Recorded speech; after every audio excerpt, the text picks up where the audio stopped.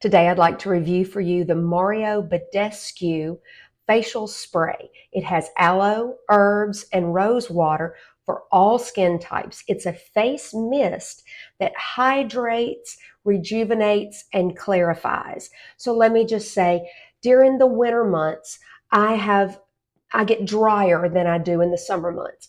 And it's very important for me to keep my moisture in my face at its peak as possible, because when we're going into winter months, usually the air's drier, we've got heat on and things such as that. This has been a remarkable product for me. I just spray it on my face. I spray it before makeup and I spray it after makeup and then touch up through the day. And you'll see it is just a nice, refreshing. Oh, it smells so wonderful. It does.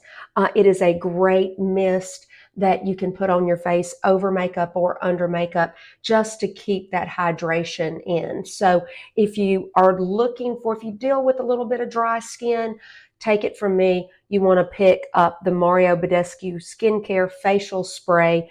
This one with the rose water is fabulous. It smells great. Put it in your cart today.